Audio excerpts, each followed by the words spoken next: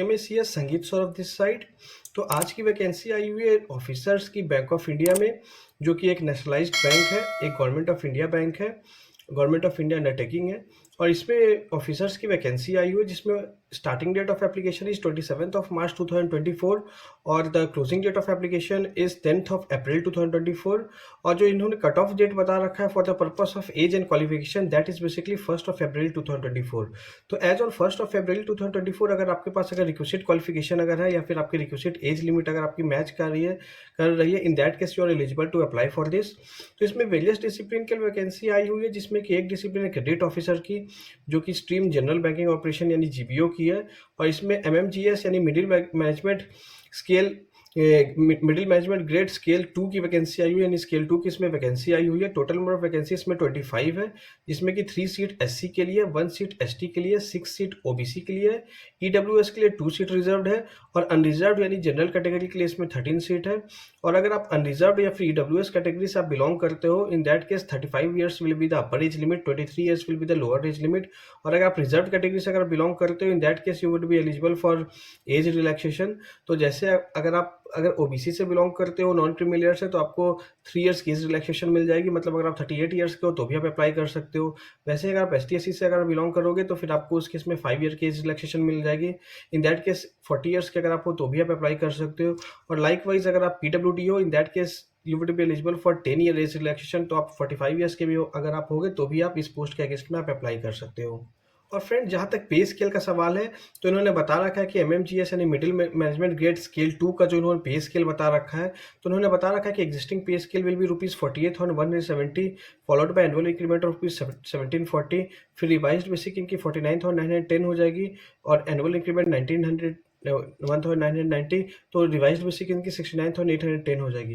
हालांकि फ्रेंड जैसा कि आपने अभी लेटेस्ट न्यूज़ आपने देखा होगा, 2-3 दिन पहले लेटेस्ट न्यूज़ आई है कि इनका जो सैलरी जो है बैंक ऑफिसर से एम्प्लॉय का उनका सैलरी इंक्रीज हो चुका है। तो इनका जो रिवाइज सैलरी जो हुआ है, जिसमें कि आपकी सिलेक्शन होगी, जब तक आपकी सिलेक्शन होगी ऑलरेडी रिवाइज सैलरी इंप्लीमेंट हो चुकी होगी, क्योंकि विथ करेंट मंथ ही इसका इफेक्टिव डेट है जहां से आपको सैलरी मिल जाया करेगा। तो आपका जिसमें सिलेक्शन होगा तो आपके बेसिक जो होगी दैट विल बी ₹64,820, ये स्केल 2 का है। रिवाइज्ड बेसिक 67,160 और फाइनल रिवाइज्ड बेसिक आपकी 93,960 होगी। तो फ्रेंड यही वो बेसिक होगी जिसमें कि आपका सिलेक्शन आपका होगा। ये वो बेसिक है जो कि अप्रूव हो चुकी है, तो यही आपकी फाइनल बेसिक है जिसमें कि आपकी सिलेक्शन की जाएगी। और फ्रेंड जैसा कि मैंने आपको पहले ही बता दिया कि आपको एज रिलैक्सेशन मिलेगी अगर आप रिजर्व कैटेगरी से हो, तो मैंने आपको पहले ही बता दिया कि आप डिफरेंट आपकी जो कैटेगरी होगी उस कैटेगरी के बेसिस पे आपको एज रिलैक्सेशन आपको प्रोवाइड कर दी जाएगी। और जहाँ तक फ्रेंड सिलेक्शन प्रोसीजर का सवाल है, तो उन्होंने बता रखा है कि सिलेक्शन जो होगी that would be through online test and personal interview. तो ऑनलाइन टेस्ट में इन्होंने बता रखा है कि 3 पेपर कंप्राइज करेंगे ऑनलाइन टेस्ट के लिए। इंग्लिश लैंग्वेज की टोटल 25 क्वेश्चन आएंगे, ड्यूरेशन 30 मिनट्स यानी हाफ एन आवर का दिया जाएगा। उसी हिसाब से professional knowledge with relevant to जिस पोस्ट के लिए आपने अप्लाई किया, जैसे कि हमारे क्रेडिट ऑफिसर के लिए हमने अप्लाई किया है, अगर आपने अप्लाई किया है तो उस केस में आपके फाइनेंस रिलेटेड जो होगी उसके वे लोग टेस्ट करेंगे। मैक्सिमम 100 मार्क्स के होंगे, आपको 60 मिनट यानी 1 आवर आपको इसके लिए दिया जाएगा।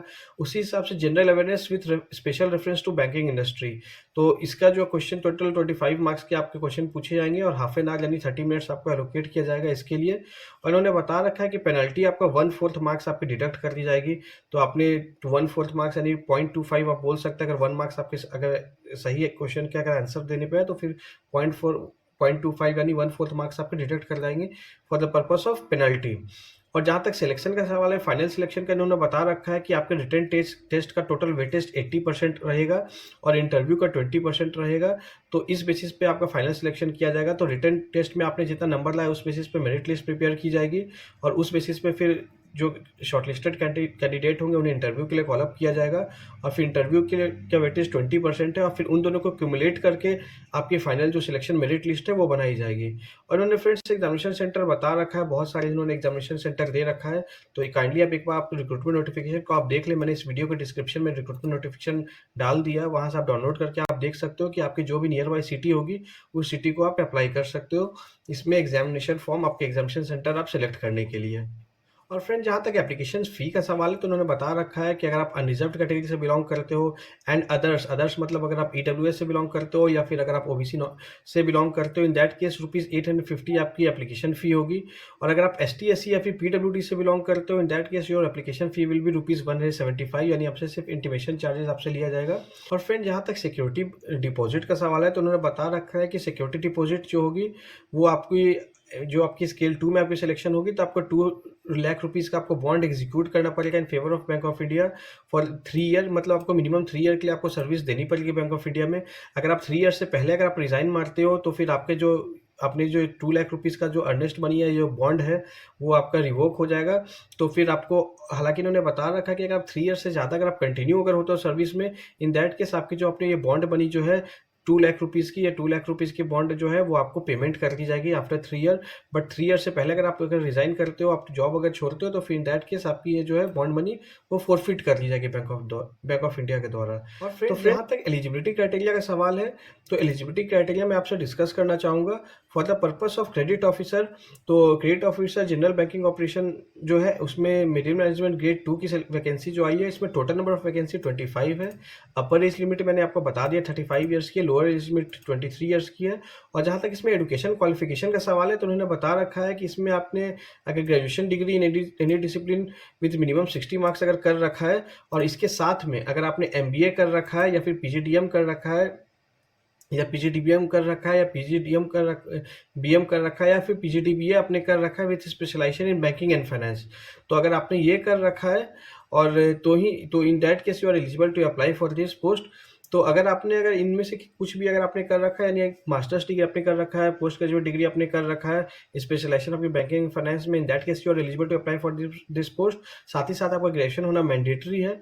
और इसके साथ अगर आपके पास अगर बीकॉम नहीं कर रखा है या फिर अगर आपने मास्टर्स डिग्री आपने एमबीए फाइनेंस वगैरह नहीं कर रखा है, लेकिन अगर आप क्वालिफाइड चार्टर्ड अकाउंटेंट हो या फिर qualified cost and management accountant हो या फिर क्वालिफाइड कंपनी सेक्रेटरी अगर आप हो, in that case also you are eligible to apply for it. तो इसके लिए आपका बीकॉम करना मैंडेटरी नहीं है। बीकॉम करना मैंडेटरी उन्हीं के लिए है जिन्होंने बीकॉम के विद मिनिमम 60% के साथ जिन्होंने एमबीए अगर कर रखा है विद फाइनेंस कर रखा है, तो उनके लिए मैंडेटरी है। और इन्होंने साथ ही साथ इन्होंने बता रखा है, जहाँ तक वर्क एक्सपीरियंस का सवाल है तो उन्होंने बता रखा है कि आपको मिनिमम 2 ईयर्स का वर्क एक्सपीरियंस चाहिए as an officer in any public sector banks और any private sector bank having business mix of ₹1 lakh crore as on 31 March 2023। तो इन्होंने बेसिकली बता रखा है कि आपके पास मिनिमम 2 ईयर्स का आपके पास मिनिमम वर्क एक्सपीरियंस होना चाहिए किसी पब्लिक सेक्टर बैंक में या फिर किसी प्राइवेट बैंक में, और उसका उन्होंने कैप भी बता रखा है 1 लाख करोड़ का। तो अगर आपके पास इसका एक्सपीरियंस अगर आपके पास अगर है तो ही आप एलिजिबल हो इसे अप्लाई करने को। अगर आपके पास अगर बैंकिंग एक्सपीरियंस नहीं है इन द रिक्वेस्टेड फील्ड तो फिर आप एलिजिबल नहीं हो इसको अप्लाई करने के लिए। तो फ्रेंड्स एक बार आप अपने आप देख लो। इस रिक्रूटमेंट नोटिफिकेशन को मैंने इस वीडियो के डिस्क्रिप्शन में डाल दिया है। अपनी एलिजिबिलिटी क्राइटेरिया को आप देख लो। If you are eligible to apply for this then definitely you should apply for it. Friends, this is all government job updates as of now. Very soon I'll come up with updates on another government job vacancy. Till then, take care and subscribe our channel. Thank you.